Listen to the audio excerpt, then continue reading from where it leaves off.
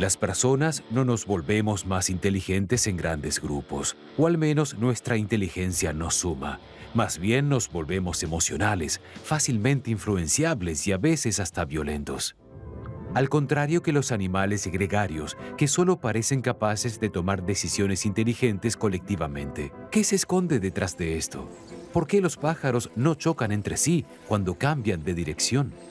¿Cómo se les ocurren estas ideas a las hormigas? Se puede aprender mucho del comportamiento colectivo en los sistemas naturales o de las redes naturales para consolidar sistemas estables y resistentes también en lo social.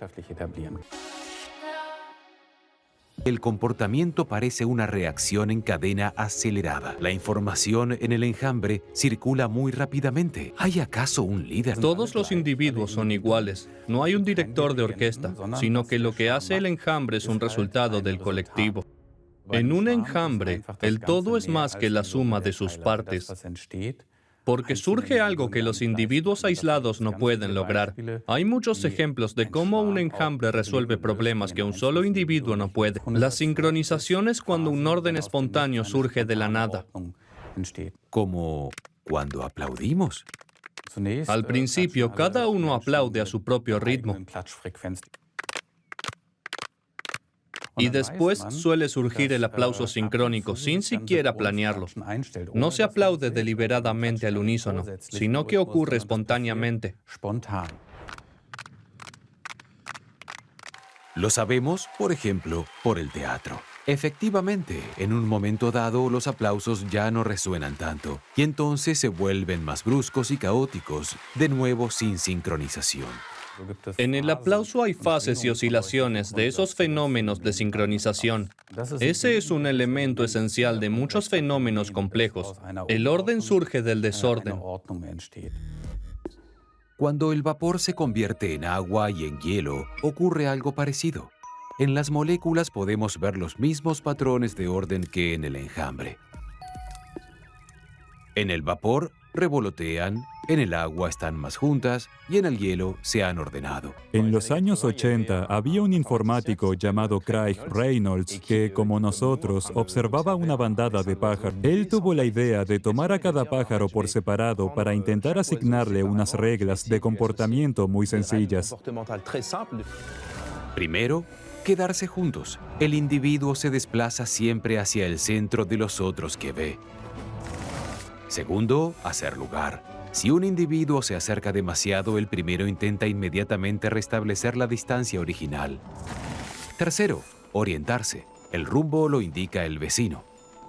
Con ayuda de estas sencillas reglas, Reynolds programó un software, sentando así las bases del enjambre virtual. Esto inspiró sobre todo a la industria cinematográfica. Por ejemplo, en la película Parque Jurásico se animaron manadas de dinosaurios. En 1993, Parque Jurásico de Steven Spielberg marca un nuevo hito en el cine. Unas sencillas reglas programadas ponen en movimiento una manada artificial de dinosaurios que parece real.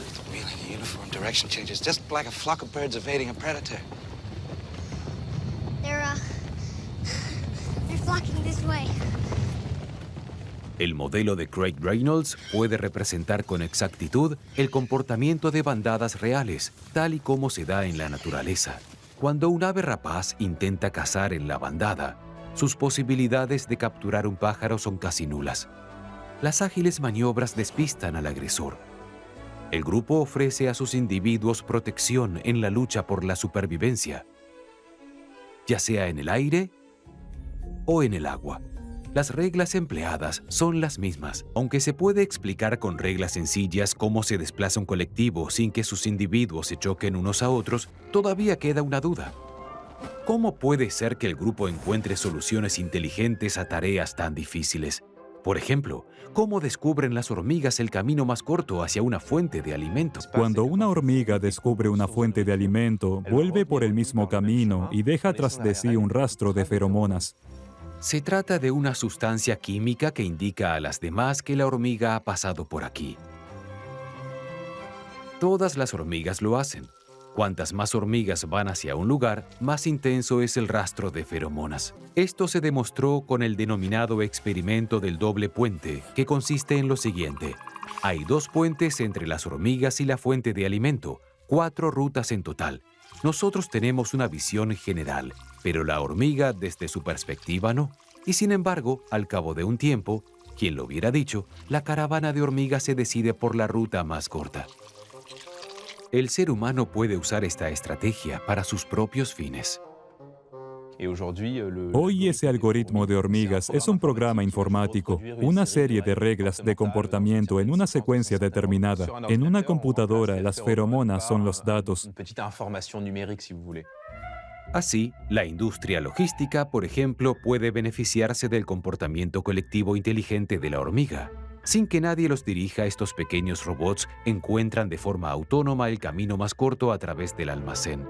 La investigación del comportamiento de enjambre también inspira a la robótica. Aunque son ciegas, las termitas pueden orientarse mediante los túneles que construyen. Como las hormigas, marcan sus caminos con olores. También en este caso bastan unas pocas pero ineludibles reglas para que las termitas construyan esas torres. Siendo sinceros, estas se parecen bastante a los edificios que construimos las personas, solo que con muchas más reglas y esfuerzo. ¿Podemos aprender algo de las termitas? Estos robots se programaron para seguir las reglas de las termitas, solo que, en vez de tierra, apilan bloques.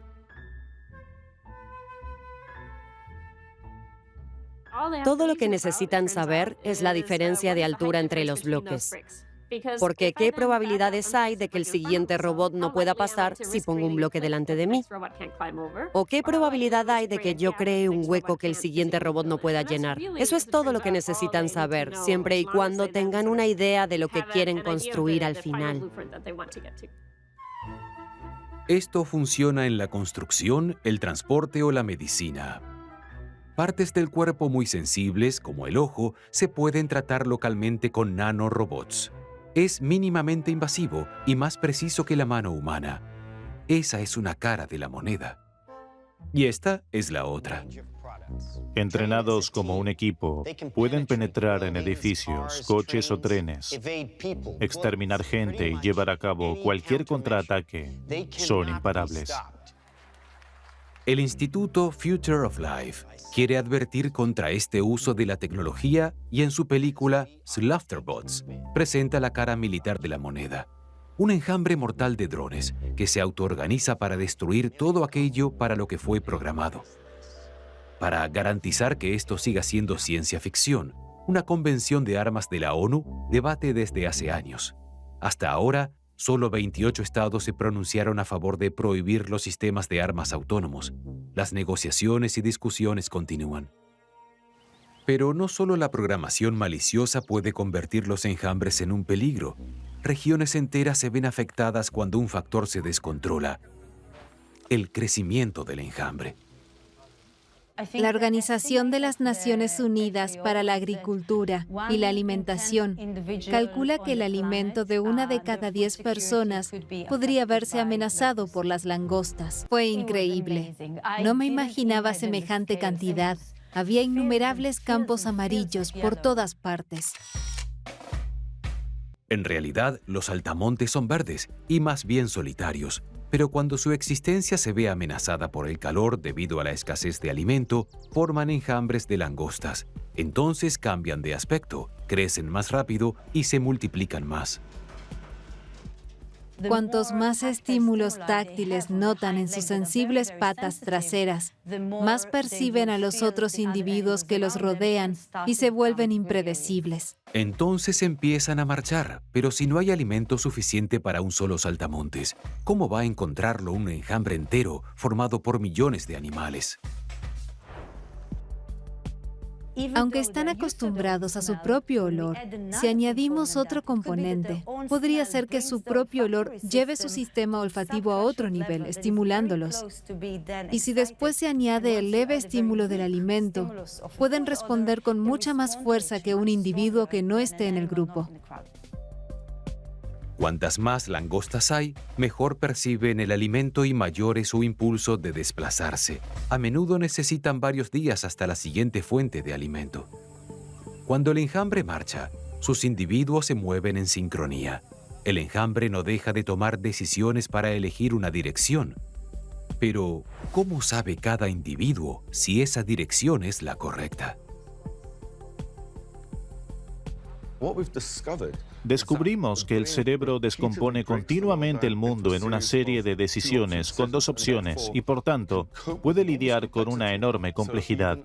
Incluso un cerebro pequeño de relativamente pocas neuronas es muy poderoso cuando efectúa este proceso, esta transición colectiva que lleva espontáneamente a una toma de decisiones sumamente precisa. De modo que esto nos da una idea de cómo animales de cerebros pequeños pueden ser tan inteligentes y tomar tan buenas decisiones. De un entorno complejo solo se procesan informaciones puntuales. Más verde o menos verde, por ejemplo, desencadena una decisión. Pero, ¿cómo compara un saltamonte su decisión con la de la masa? ¿Qué sucede si éste tiene una idea diferente? Si la información que tiene un individuo no coincide con la de los demás, entonces suelen tomar una decisión intermedia. Pero cuando su experiencia personal sí coincide con el resto, observamos una polarización. Vemos que la probabilidad de tomar una dirección conjunta es aún mayor que la de cualquier decisión individual. ¿Y si el enjambre se equivoca? ¿Tomarán sus individuos una decisión equivocada? Aquí es donde nosotros entramos en juego. ¿Es posible que el comportamiento de los animales pudiera arrojar luz sobre el nuestro propio? Desde hace años se forman enjambres antidemocráticos en Internet que ya se dejan ver en la vida cotidiana. ¿Cuán inteligentes podemos ser en grupo? Quedó demostrado en una partida de ajedrez jugada en 1999, en la que 50.000 aficionados compitieron contra él, Garry Kasparov. La masa determinaba su jugada en votaciones por mayoría. Obviamente nadie habría sido ni remotamente capaz de enfrentarse a la leyenda del ajedrez, pero el grupo de 50.000 aficionados, sin duda, pudo medirse con Kasparov.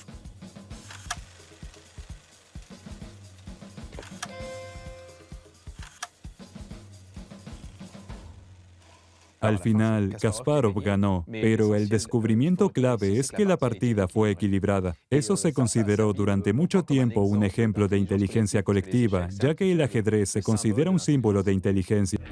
La primera partida con Kevin Bordy estuvo muy igualada y al final ganó él. Y contra la computadora, hay que decir que las computadoras de hoy suelen jugar mejor que las personas. Ya les ganaron a grandes campeones. 3 opiniones médicas independientes aumentan significativamente la precisión del diagnóstico. La opinión independiente de varios especialistas es mejor que la de un solo experto.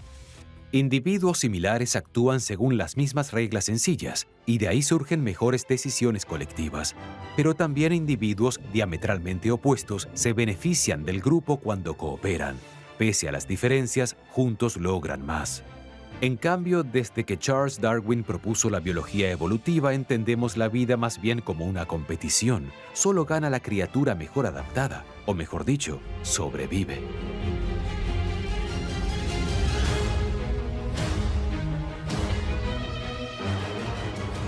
Entre tanto, esa idea está cambiando.